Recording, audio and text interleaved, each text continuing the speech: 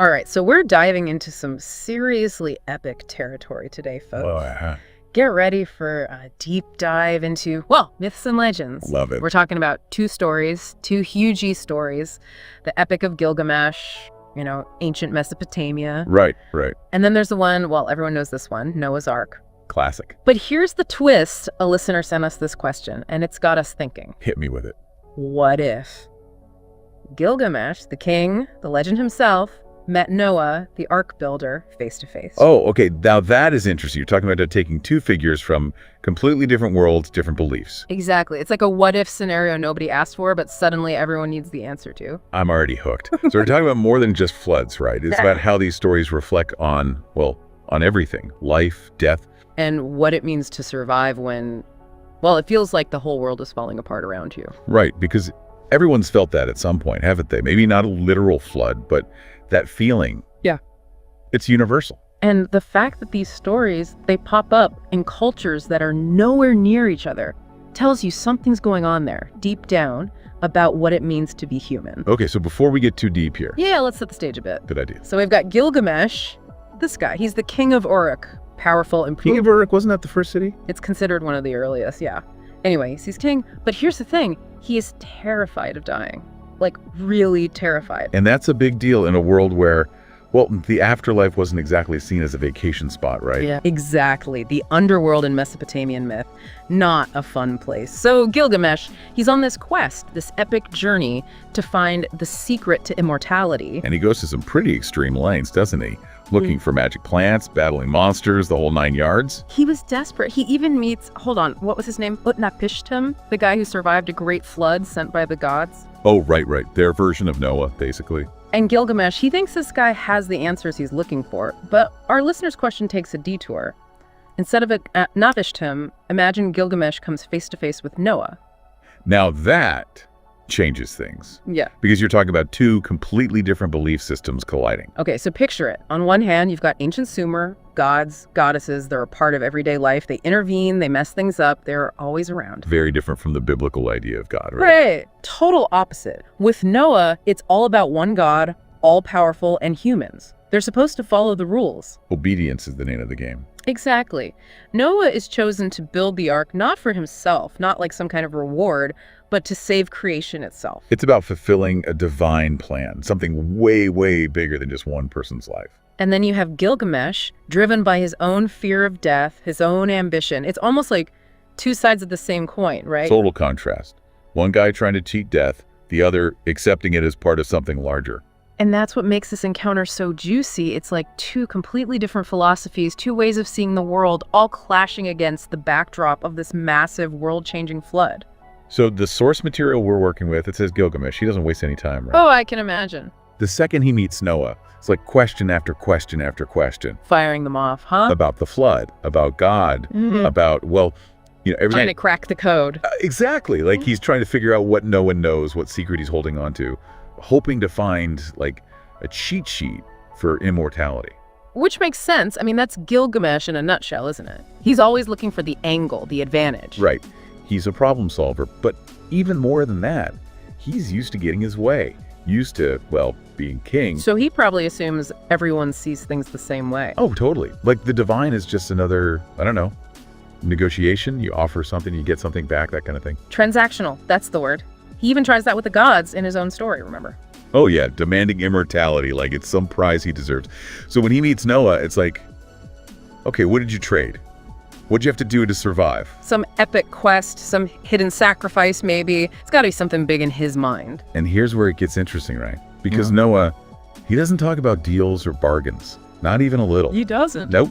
It's all about humility, about listening to God's will. There's this line in the source material that says, I was a simple man, Noah says, a builder. No special skills, no great strength. But I listened. Just like that. Just like that. No heroic feats, no proving himself, just obedience. Can you imagine Gilgamesh's face? Like, that's got to be mind-blowing to him. Totally alien concept. Because for Gilgamesh, it's always been about what you can achieve, what you can wrestle from the fates, Right, seize control. And Noah, he's saying, no, sometimes it's about surrender, about finding meaning in something bigger than yourself. And the flood, It wasn't a punishment, he It says. wasn't, but the whole world. A mercy, he calls it. A cleansing. A chance for humanity to hit the reset button. Wow. Talk about a different perspective. Right. Gilgamesh is so busy trying to outrun death, he can't see the possibility of renewal, of being part of a cycle. It's like they're speaking two completely different languages, even though they've both been through the same kind of event, this world-changing flood. Exactly. It makes you wonder, doesn't it? Where do those differences come from? Is it the cultures they come from, their personality? Nature versus nurture. Right. But what matters is this meeting, this conversation. It shows how differently humans have always grappled with these huge air ideas. Fate, the divine, death. And whether or not you can cheat it. Especially that. Which brings us to, well, one of the biggest themes in both stories. Immortality. Gilgamesh, he's obsessed with it. But Noah, he offers a very different take. Okay, now this I've got to hear. It's funny, isn't it?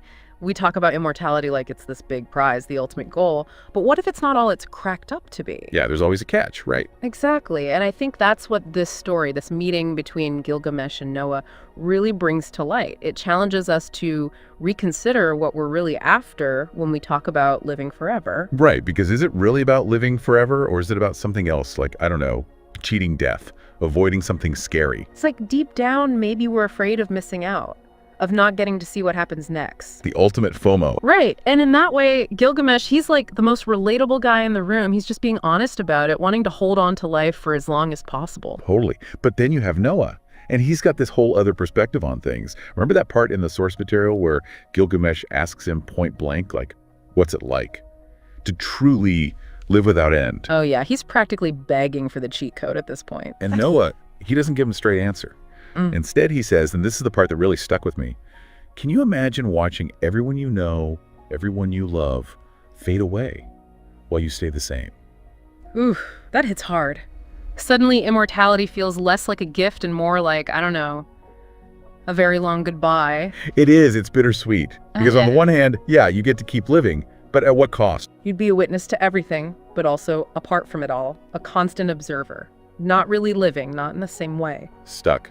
It'd be like that scene in, what was that movie, Let Dreams May Come, where Robin Williams, he finds heaven, but it's empty because his wife, she's trapped in her own grief. Oh man, I remember that. Heartbreaking. And I think that gets to the heart of it. Our lives matter because they're finite. We only get so many trips around the sun, and that makes every moment precious. Right, and it makes the choices we make matter. Knowing our time is limited, it forces us to, well, to actually live, to take risks, to love fiercely, to actually build something with the time we've got. Because otherwise, what's the point? Exactly. And this is where I think both stories, they offer a different kind of answer. It's not about literal immortality, but about legacy.